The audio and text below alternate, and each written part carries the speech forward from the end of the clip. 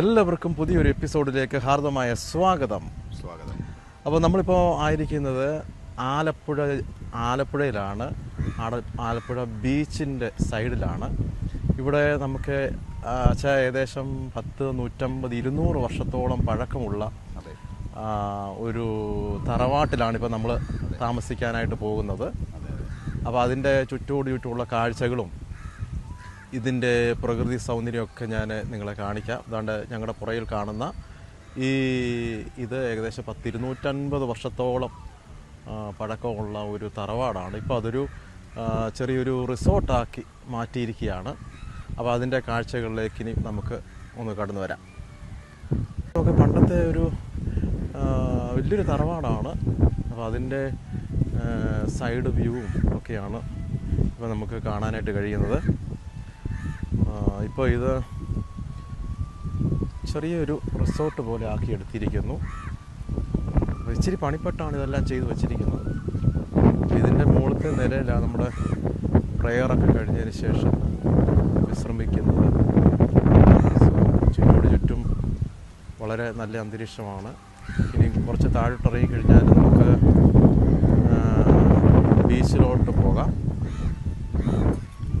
വളരെ മനോഹരമായിരിക്കുന്നു ഈ സ്ഥലമൊക്കെ കേട്ടോ. ഇതുപോലുള്ള പഴയ തറവാടുകളൊക്കെ നമ്മൾ മെയിൻറ്റെയിൻ ചെയ്ത് നിർത്തുവാണെങ്കിൽ ഇതുപോലെ റിസോർട്ടുകളൊക്കെ ആക്കിയെടുക്കാൻ പറ്റും. നമുക്ക് കേരളത്തിൽ പ്രത്യേകിച്ച് നമ്മുടെ പത്തനംതിട്ട, കോട്ടയം, കൊല്ലം ജില്ലകളിൽ കഴിഞ്ഞ ദിവസം 60,000 വീടുകൾ ഒഴിഞ്ഞു കിടക്കുക അല്ലേ? ഏകദേശം ഞാൻ പറഞ്ഞു, അത് കുറയുകയൊക്കെ ചെയ്യാം. അപ്പോൾ ഇത് ശരിക്കും പറഞ്ഞാൽ പലർക്കും ഇതിനെക്കുറിച്ചൊരു കൃത്യമായ ഒരു ധാരണ, ഒരു ഐഡിയ ഒന്നുമില്ല. പൈസയും ലൈഫും ഒരുപാട് നന്മകളാണ് വേസ്റ്റ് ആയി പോകുന്നത് അല്ലേ? അപ്പോൾ ഈ പത്തനംതിട്ട ജില്ലയിൽ ഇത്രയും ഒരുപാട് വീടുകൾ ഇങ്ങനെ ഒഴിഞ്ഞു കിടക്കാൻ പ്രധാനപ്പെട്ട കാരണം അവരൊക്കെ ഈ പറഞ്ഞ പോലെ ചെറുപ്പക്കാരെല്ലാം വിദേശ രാജ്യങ്ങളിൽ പോയിരിക്കുകയാണ്. ഓക്കെ, അപ്പോൾ വിദേശ രാജ്യങ്ങളിൽ പോയവർ ഇനിയിപ്പം തിരിച്ച് ഈ അടുത്ത കാലത്തൊന്നും വരാൻ സാധ്യത കുറവാണ്. അപ്പം പുതിയ സാഹചര്യങ്ങളും സാധ്യതകളും തേടി അവരൊക്കെ പോയി അല്ലേ? അപ്പോൾ ഇതുപോലുള്ള ലക്ഷക്കണക്കിന് വീടുകൾ നമ്മുടെ കേരളത്തിലുണ്ട് അല്ലേ? അപ്പോൾ ഇതൊക്കെ ഒന്ന് മെയിൻറ്റെയിൻ ചെയ്തെടുക്കുകയാണെങ്കിൽ ഒരുപാട് ടൂറിസ്റ്റുകൾ ഒക്കെ അല്ലേ കൊണ്ട് പാർപ്പിക്കാൻ കഴിയുന്നുണ്ടോ? എന്ത് മനോഹരമായിരിക്കുന്നു.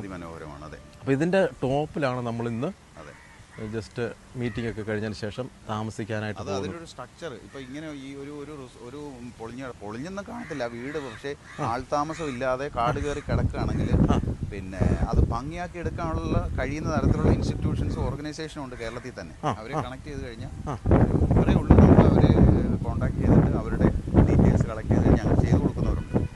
അല്ല, ഇതിൻ്റെ ഏറ്റവും ഫ്രണ്ടിലത്തെ എൻട്രൻസ് നമ്മുടെ ബീച്ചിലോട്ട് ഇറങ്ങാത്തക്ക രീതിയിലാണോ ചെയ്തു വെച്ചിരിക്കുകയാണ്. അപ്പോൾ ഇതുപോലുള്ള ശരിക്കും പറഞ്ഞാൽ ഒരു വീട് വെക്കുവാണെങ്കിലും ഒക്കെ ഒരു ആർക്കിടെക്റ്റിനെയൊക്കെ വീട് വെക്കുവാണെങ്കിലും ഒരു ആർക്കിടെക്റ്റുമായിട്ടൊക്കെ കണക്ട് ചെയ്തിട്ട് അല്ലേ അവരുടെ ഉപദേശം കൂടെ തേടണം അല്ലേ? അതെ തീർച്ചയായിട്ടും. അപ്പം അതങ്ങനെ ചെയ്യുമല്ലോ, കാശുള്ളവരാണെങ്കിൽ അങ്ങനെ ചെയ്യുള്ളൂ. ആർക്കിടെക്റ്റുമായിട്ട് കണക്ട് ചെയ്ത്, പക്ഷേ നല്ല ജ്ഞാനമുള്ളവരായിരിക്കണം. ഒരു നല്ല പൈസ മുടക്കി ചെയ്താൽ പൈസ കിട്ടുമെന്ന് മാത്രമല്ല, ആ പൈസ അത് അനേകർക്ക് ഗുണമാകത്തില്ലേ? അപ്പോൾ അത് കേരളത്തിൽ പ്രോപ്പറായിട്ട് വീടുകൾ വേസ്റ്റായി പോകുന്നു എന്നുള്ള ഒരു കാര്യം ശ്രദ്ധയപ്പെടുത്താൻ കൂടിയാണ് നമ്മൾ വീഡിയോ ചെയ്യുന്നത്. അപ്പോൾ ഇതൊരു പഴയ ഇതായിരുന്നു. അത് കെട്ടിടമാക്കുന്നതിലുപരി അവർക്ക് ഒരു നാച്ചുറൽ പ്രതീതി ഉണ്ടാകുന്ന പോലെ അതിനകത്ത് താമസങ്ങളൊക്കെ അടിപൊളിയാണ്.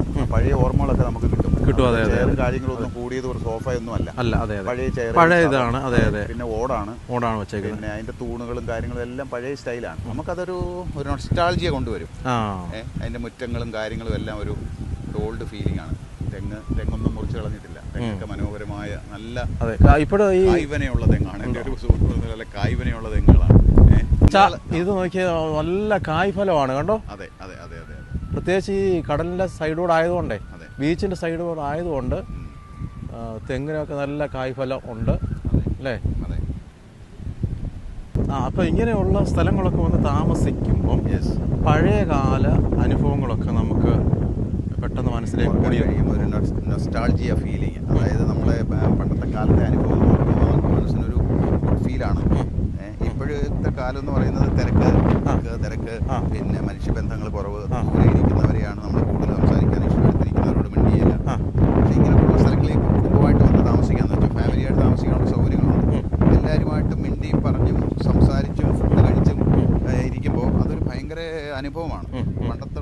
അങ്ങനെ ആയിരുന്നു. ഒരു വീട്ടിൽ പിന്നെ ചേട്ടനും അനിയനും ഗ്രാൻഡ് മദറും കുഞ്ഞുങ്ങളും എല്ലാവരും കൂടെ പാട്ടും പാടി തമാശയൊക്കെ പറഞ്ഞ് ഫുഡ് കഴിക്കുമ്പോൾ ഒരു സന്തോഷം. ഇന്നത് കുറഞ്ഞിരിക്കുകയാണ്. അപ്പോൾ നമ്മളുടെ വീഡിയോയിലും നമ്മളിതെല്ലാം പറയുന്ന ഒരു പ്രധാന കാര്യം, നമ്മൾ ഭയങ്കര ഗോസ്പൽ പറഞ്ഞ ആൾക്കാരെ ലോകത്തെ മാറ്റാനൊന്നുമല്ല.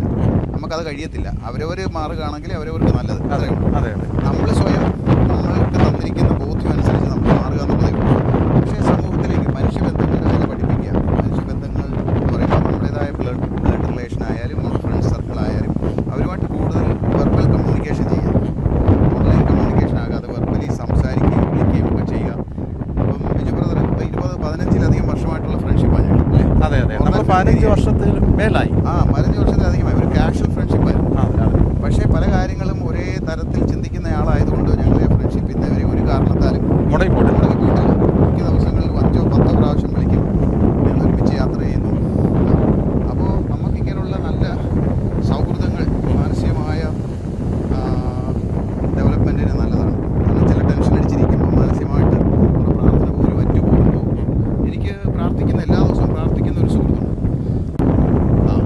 എനിക്ക് എൻ്റെ ജീവിതത്തിൽ 35 വർഷമായിട്ട് എല്ലാ ദിവസവും പ്രാർത്ഥിക്കുന്ന ഒരു സുഹൃത്തുണ്ട്. എല്ലാ ദിവസവും ഞങ്ങൾ വിളിക്കും. ആൾമോസ്റ്റ് എല്ലാ ദിവസവും എന്ന് പറയുമ്പോൾ കള്ളമാകണ്ട. മിക്ക ദിവസങ്ങളിലും അധികാലത്തെ 5 മണിക്ക് 6 മണിക്ക് വിളിക്കും, ചിലപ്പോൾ ഉച്ചകളിൽ വിളിക്കും. വിളിക്കാത്ത ദിവസങ്ങളില്ല. അപ്പോൾ അങ്ങനെ വിളിക്കുകയും ഞങ്ങളുടെ വിഷയങ്ങൾ ഷെയർ ചെയ്യുകയും ഞങ്ങൾ പ്രാർത്ഥിക്കുകയും ചെയ്യും. അത് ഒരു വലിയൊരു അനുഭവമാണ്. പക്ഷേ അതൊരു ഫോർമാലിറ്റി പ്രയറല്ല. ഫോർമാലിറ്റി പ്രയർ എന്ന് പറഞ്ഞു കഴിഞ്ഞാൽ നമ്മുടെ ഈ ചർച്ചിലേക്കുള്ള ഫോർമാലിറ്റിയാണ്. നമുക്ക് പ്രാർത്ഥിക്കാൻ അങ്ങനെയല്ല. നമ്മുടെ ഹൃദയത്തിലെ വിഷയങ്ങളും പ്രയാസങ്ങളും അല്ലെങ്കിൽ നമ്മുടെ ആഗ്രഹങ്ങളും പറഞ്ഞ് നമ്മൾ ദൈവസന്നിധിയിൽ സമർപ്പിച്ച് പ്രാർത്ഥിക്കുമ്പോൾ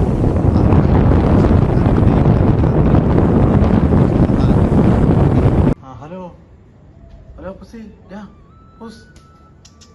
എന്നാ ഫുഡൊക്കെ കഴിച്ചോ ഇയാള്? അപ്പം ഇങ്ങനെ നമ്മളിങ്ങനെ സംസാരിച്ച് ഈ കടലിലേക്ക് നമ്മൾ ബീച്ചിൻ്റെ സൈഡിലെത്തി. ഈ കടൽ തിരകൾ നമ്മൾ കാണുമ്പോൾ നമുക്ക് ബൈബിളിലെ കാര്യം ഓർക്കാം. കാരണം യേശുക്രിസ്തു ജനിച്ചതും വളർന്നുമായ സ്ഥലം കടലുമായിട്ട് ബന്ധപ്പെട്ട സ്ഥലങ്ങളായിരുന്നു അല്ലേ? അതെ. അപ്പോൾ തിബരിയാസ് കടൽ അത് നമ്മൾ കേട്ടിട്ടുള്ളതാണ്. പിന്നെ ശിശുമാർ യാത്ര ചെയ്തു കടലിൽ, ബോട്ട് മുങ്ങാറായപ്പോൾ യേശു കടലിൽ മീതെ നടന്ന് കാറ്റിനെയും കടലിനെയും ശാസിച്ചു ശാന്തമായി എന്നൊക്കെയുള്ള സംഭവങ്ങൾ കേൾക്കുമ്പോൾ ഭയങ്കര ഇൻസ്പിറേഷനാണ്. അപ്പോൾ കടലിൽ എപ്പോഴും തിര വന്നുകൊണ്ടിരിക്കും. അത് ശക്തമാകും, ചിലപ്പോൾ ചില സമയങ്ങളിൽ വലിയ തിര വരും. ജീവിതത്തിലും ഇങ്ങനെയാണ്. ഇതിൽ നിന്ന് ഇൻസ്പിറേഷൻ പഠിക്കുന്ന ജീവിതത്തിൽ ഉയർന്നും താങ്ങുമായ അനുഭവങ്ങൾ നമ്മുടെ ജീവിതകാലം എല്ലായ്പ്പോഴും ഉണ്ടാകും. അപ്പോൾ ഉയരുമ്പോൾ ഇനി നമുക്ക് ആ ബോട്ട് വച്ചേക്കുന്നിടത്തോട്ടല്ലേ ചെറിയ വള്ളങ്ങളൊക്കെ ഇങ്ങനെ സൈഡിൽ വെച്ചിട്ടുണ്ട്, ഇങ്ങോട്ടൊന്ന് നടന്നു പോകാം അല്ലേ? ഈ നമ്മൾ പാശ്ചാത്യ രാജ്യത്തൊക്കെ പോകുമ്പോഴേ ബീച്ചിലൊക്കെ ഒരു പ്ലാസ്റ്റിക് പോലും കാണാൻ കഴിയത്തില്ല. ഇന്ന് ഞാൻ ട്രെയിനിൽ വന്നപ്പോഴും ചിന്തിച്ചൊരു കാര്യമുണ്ട്. നമ്മൾ എന്തെല്ലാം പറഞ്ഞാലും ഓരോ വ്യക്തി ജീവിതങ്ങളും തീരുമാനിക്കണം അല്ലേ? ഈ സ്കൂൾ തലം തൊട്ട് അങ്ങോട്ട് പഠിപ്പിക്കണം അല്ലേ? ഞാൻ ചിന്തിച്ചൊരു കാര്യമുണ്ട്. എന്താണെന്നറിയാം, സ്കൂൾ തലം തൊട്ട് അങ്ങോട്ട് ചെറിയ പ്രായത്തിൽ തന്നെ പിള്ളേരെ പഠിപ്പിക്കണം ഈ സിവിക് സെൻസിനെ കുറിച്ച് അല്ലേ? ഈ ജപ്പാനിൽ അങ്ങനെയാണ്. അതായത് ബാഗിലൊരു ചൂട് പോകുന്ന വഴിക്ക് പോലും ഒരു പേപ്പർ ഉണ്ടെങ്കിൽ തൂത്തി വൃത്തിയാക്കിയാൽ പോകുന്നത് അതിമനോഹരമായിട്ടാണ്. ഇന്ത്യയിൽ പോലും നമുക്ക് അങ്ങനെ ഒരു ഗ്രാമമുണ്ട്, മേഘാലയയിൽ. അത് തീർച്ചയായിട്ടും പോകണം. നമുക്ക് അടുത്ത മിഷൻ ട്രിപ്പ് മേഘാലയയിലേക്കാണ്. അതെ, മേഘാലയയിലെ പ്രത്യേകത ഏറ്റവും സുന്ദരമായ ഏറ്റവും ക്ലീൻലിനെസ് കൂടിയ ഒരു ഗ്രാമമുണ്ട്. നമ്മുടെ ഇതിലെല്ലാം ഇതൊക്കെയാണ് പറയുന്നത്. ഏറ്റവും മനുഷ്യൻ്റെ പ്രായോഗിക കാര്യങ്ങൾ ജീവിതത്തിൽ വിജയം ഉണ്ടാകുക എന്നുള്ളതല്ല, അവരവരുടെ വിജയം കണ്ടെത്തുക. അതാണ് അതിൻ്റെ എസൻസ്. ഞാൻ ചിന്തിച്ചൊരു കാര്യമുണ്ട്. എന്താണെന്നറിയാം, സ്കൂൾ തലം തൊട്ട് അങ്ങോട്ട് ചെറിയ പ്രായത്തിൽ തന്നെ പിള്ളേരെ പഠിപ്പിക്കണം ഈ സിവിക് സെൻസിനെ കുറിച്ച് അല്ലേ? ഈ ജപ്പാനിൽ അങ്ങനെയാണ്. അതായത് ബാഗിലൊരു ചൂട് പോകുന്ന വഴിക്ക് പോലും ഒരു പേപ്പർ ഉണ്ടെങ്കിൽ തൂത്തി വൃത്തിയാക്കിയാൽ പോകുന്നത് അതിമനോഹരമായിട്ടാണ്. ഇന്ത്യയിൽ പോലും നമുക്ക് അങ്ങനെ ഒരു ഗ്രാമമുണ്ട്, മേഘാലയയിൽ. അത് തീർച്ചയായിട്ടും പോകണം. നമുക്ക് അടുത്ത മിഷൻ ട്രിപ്പ് മേഘാലയയിലേക്കാണ്. അതെ, മേഘാലയയിലെ പ്രത്യേകത ഏറ്റവും സുന്ദരമായ ഏറ്റവും ക്ലീൻലിനെസ് കൂടിയ ഒരു ഗ്രാമമുണ്ട്. നമ്മുടെ ഇതിലെല്ലാം ഇതൊക്കെയാണ് പറയുന്നത്. ഏറ്റവും മനുഷ്യൻ്റെ പ്രായോഗിക കാര്യങ്ങൾ ജീവിതത്തിൽ വിജയം ഉണ്ടാകുക എന്നുള്ളതല്ല, അവരവരുടെ വിജയം കണ്ടെത്തുക. അതാണ് അതിൻ്റെ എസൻസ്. അതായത് ജപ്പാനിൽ ഈ പബ്ലിക് ടോയ്ലറ്റൊക്കെ ഉപയോഗിക്കേണ്ടത് എങ്ങനെയാണെന്ന് LKG മുതൽ പിള്ളേരെ പഠിപ്പിക്കുന്നുണ്ട്. നാലോചോക്ക്. അപ്പം എന്ന് പറയുന്ന പോലെ നമ്മുടെ പിന്നെ കൊച്ചുകുട്ടികളെ ചെറിയ പ്രായത്തിൽ തൊട്ട് അങ്ങോട്ട് പഠിപ്പിച്ചാൽ നീറ്റായി കിടക്കത്തുള്ളൂ ഇന്ന് എനിക്ക് മനസ്സിലായി. അല്ലേ? അതൊരു പാഠ്യപദ്ധതി തന്നെ തയ്യാറാക്കണം. ഞാൻ ഇങ്ങോട്ട് ട്രെയിനിൽ വന്നപ്പോൾ അതിനകത്ത് പിന്നെ ചെന്നൈയിൽ നിന്ന് വരുന്ന ട്രെയിനാണ്. അതിനകത്ത് ആടിനെ കൊണ്ട് കയറുന്നവരുണ്ട്, പശുക്കളെ കൊണ്ട് കയറുന്നവരുണ്ട്, രാത്രി വരുന്ന. അപ്പോൾ പുതിയ ബോഗിയാണ്, എന്നിട്ടെല്ലാം സൈഡിലെല്ലാം ചാണകമൊക്കെ. അപ്പോൾ സിവിക് സെൻസ് പറയുക മാത്രമല്ല, സ്കൂൾ തലത്തിൽ പാഠ്യം എന്താ പറയുക, ഒരു അത് പഠിപ്പിക്കുന്ന നിലയിലേക്ക് വന്നാൽ ഇതിനൊക്കെ മാറ്റം ഉണ്ടാകത്തുള്ളൂ. അല്ലേ? അല്ലെങ്കിൽ ഒരിക്കലും മാറ്റം ഉണ്ടാകാൻ സാധ്യതയില്ല.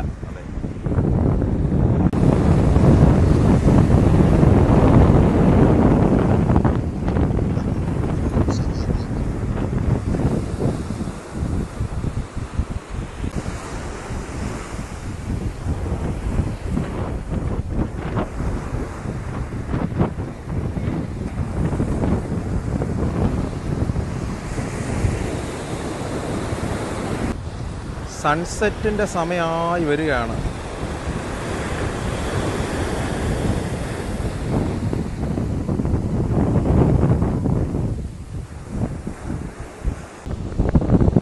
എനിക്ക് തോന്നുന്നു ഇത് 2 പേർക്ക് പോകാനുള്ള ചെറിയൊരു ഇതാന്ന് തോന്നുന്നു. അല്ലേ?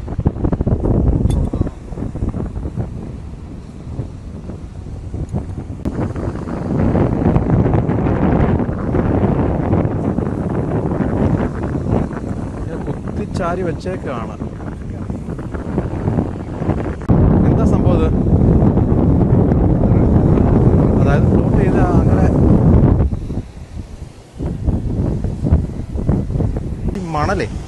ഈ മണലിലൂടെ അല്ല ഈ തിരയിലൂടെ ഇഷ്ടംപോലെ വേസ്റ്റാണ് അടിഞ്ഞു വരുന്നത് കേട്ടോ. ഇവിടെ മറ്റുള്ള ബീച്ചിനെ അപേക്ഷിച്ച് ഒരുപാട് പിന്നെ നമ്മൾ ഉദ്ദേശപരമല്ല, ഭയങ്കരമായിട്ട് ക്ലീൻ ചെയ്യുന്നുണ്ട് കേട്ടോ. ക്ലീൻ ചെയ്ത് എല്ലാം വൃത്തിയാക്കുന്നുണ്ട്. 100-250 വർഷങ്ങൾക്ക് മുമ്പ് ഇതുവരെ എന്താ പറയുക, കപ്പൽ ഗതാഗതമൊക്കെ ഉണ്ടായിരുന്നു കേട്ടോ ഇവിടെ. ഓക്കെ, പിള്ളേരൊക്കെ വന്ന് പലതരം ആക്ടിവിറ്റീസിലൊക്കെ പങ്കെടുക്കുന്നുണ്ട് കേട്ടോ. അപ്പോൾ അവർക്കൊരു എൻജോയ്മെൻ്റായി. മിക്കവാറും ഉള്ള സമയങ്ങളിലൊക്കെ നമ്മൾ പല സ്ഥലങ്ങളിൽ ഇങ്ങനെ യാത്ര ചെയ്യേണ്ടതാണ്. എന്താണെന്നറിയാമോ? ഈ 4 ചുവരിനകത്ത് മാത്രം ഒതുങ്ങിക്കൂടി ഇരിക്കുന്നവരുണ്ട്, നിരാശപ്പെട്ട്. മനസ്സിലായോ? അപ്പോൾ അതൊരു ഹെൽത്തി ആയിട്ടുള്ളൊരു സംഭവം അല്ലല്ലോ. ഒരിക്കലും അല്ല. ഇന്ന് യാത്രാ സൗകര്യങ്ങൾ ഒരുപാട് വർദ്ധിച്ചിട്ടുണ്ട്. വലിയ എക്സ്പെൻസ് ഒന്നുമില്ല. ശരിക്കും ട്രെയിനിലൊക്കെ ആണെങ്കിൽ എറണാകുളം ടു മേമോ, കൊച്ചി, എറണാകുളം ടു കൊല്ലമോ, അല്ലെങ്കിൽ പിന്നെ എവിടെ വരെയാണ്, ഗുരുവായൂർ വരെയൊക്കെ പോകുന്നതിന്, ചെമ്പല വരെയൊക്കെ പോകുന്നതിന് 100 രൂപയ്ക്ക് താഴെ ഉള്ളൂ. എനിക്ക് തോന്നുന്നു അത്രേ ഉള്ളൂ. 100 രൂപയ്ക്ക് താഴെ ഉള്ളൂ. ഒരു 1000 രൂപ കൊടുക്കാമെങ്കിൽ അടിപൊളി ഒരു ട്രിപ്പ്. ഹോട്ടലുകൾ, വലിയ ഹോട്ടലുകളൊന്നും എടുക്കണമെന്നില്ല. നല്ല ക്ലീനായ AC ഡോർമെറ്ററികളുണ്ട് കേരളത്തിൻ്റെ പല സ്ഥലങ്ങളിലും. ഡോർമെറ്ററിക്ക് 200 രൂപ 300 രൂപയൊക്കെ ഉള്ളൂ. അത്രേ ഉള്ളൂ. അപ്പോൾ ഈ ആൾക്കാർ ചിന്തിക്കുന്ന ഒരു സ്ഥലത്ത് പോകുന്നതിന് ഭയങ്കര ഹെവി എക്സ്പെൻസ്. ഒരു ടീമായിട്ട് ആൾക്കാരാണെങ്കിൽ 5 പേരോ 8 പേരോ ഒക്കെ ആണെങ്കിൽ വലിയ അതുവരെ എടുത്തു കഴിഞ്ഞാൽ ചെറിയ എക്സ്പെൻസേ ഉള്ളൂ. പക്ഷേ നമ്മൾ മറ്റ് പലതിനും ചെലവഴിക്കുന്ന ക്യാഷ് ഈ ട്രാവലും കൂടെ ഉൾപ്പെടുത്താൻ നമുക്കത് ഒരുപാട് ഉപയോഗം ചെയ്യും. ഈ സൃഷ്ടിപരമായിട്ടുള്ള കാര്യങ്ങളെ വെച്ച് പഠിക്കുമ്പോഴേ എന്താ പറയുക, ദൈവത്തിൻ്റെ സൃഷ്ടി എന്തൊരു അത്ഭുതമാണ് അല്ലേ? ഈ കടലിൻ്റെ തീരത്ത് വരുമ്പോൾ പല നല്ല ചിന്തകളും നെഗറ്റീവ് തോട്ട്സൊക്കെ മാറി. കാരണം ഇത് ദൈവത്തിൻ്റെ ഒരു ഡിവൈൻ ക്രിയേഷൻ്റെ ഏറ്റവും വലിയ ഒരു പ്രത്യക്ഷമായ തെളിവാണ്. പ്രത്യക്ഷമായ വിസിബിൾ എവിഡൻസ്. ആകാശം ദൈവത്തിൻ്റെ മഹത്വത്തെ വർദ്ധിക്കുന്നു. ആകാശവിധാനം ദൈവത്തിൻ്റെ കൈവേലയെ പ്രസിദ്ധമാക്കുന്നു. ദൈവത്തിൻ്റെ കൈവേലയിലെ ഏറ്റവും വലിയ കാര്യങ്ങളാണ്. ഇവിടെ നിന്നാൽ ആകാശവും കാണാം, ഈ വെള്ളവും കാണാം. ഭൂമിയുടെ 1/3 ഭാഗം വെള്ളമാണ്. അതെ. അപ്പോൾ നമ്മൾ എത്ര ചെറുതാണെന്ന് നമുക്കിവിടെ നിന്നാൽ കാണാൻ. ഒന്നുമില്ല. എത്ര വിസ്തൃതമായ, ഇതാ ഒരു സങ്കീർത്തനത്തിൽ തന്നെ പറയുന്നത്, ഇതാ വിസ്തൃതമായ കടൽ, ആഴക്കടൽ, കണ്ണെത്താ ദൂരത്തുള്ള വെള്ളം. നമ്മളെത്ര പരിമിതിയുള്ളവരെ, എത്ര ഒന്നുമില്ല.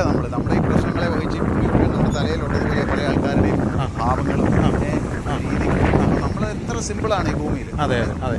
അപ്പോൾ ഇങ്ങനെയുള്ള ക്രിയേഷൻ ദൈവത്തിൻ്റെ ആ ഒരു പ്രത്യക്ഷമായ കാര്യങ്ങൾ പല പ്രദേശങ്ങളിലും അതുപോലെ വലിയ മൗണ്ടൻസിലൊക്കെ ചെന്ന് കഴിഞ്ഞാൽ നമുക്കതാ ഫീൽ ചെയ്യുന്നു.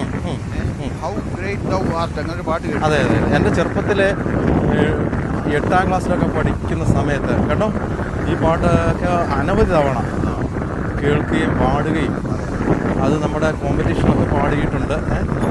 പാട്ട് ഞാനും ഒരുപാട് 1000 തവണ പാടിയിട്ടുണ്ട്. ഹൗ ഗ്രേറ്റ് ദൗ ആർട്ട്, നിന്റെ സൃഷ്ടി എത്ര മഹാത്ഭുതം. പക്ഷേ നമുക്ക് ആ പാട്ടൊന്ന് പാടിയാലോ? യെസ്, നമുക്ക് പാടാം.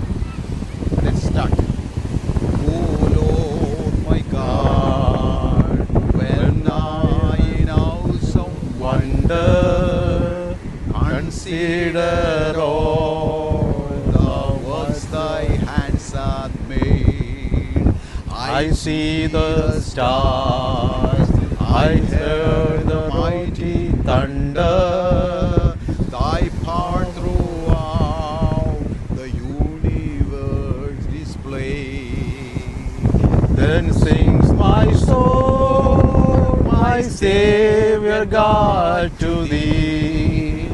How great thou art, how great thou art. Then sings my soul, my Savior God, to thee.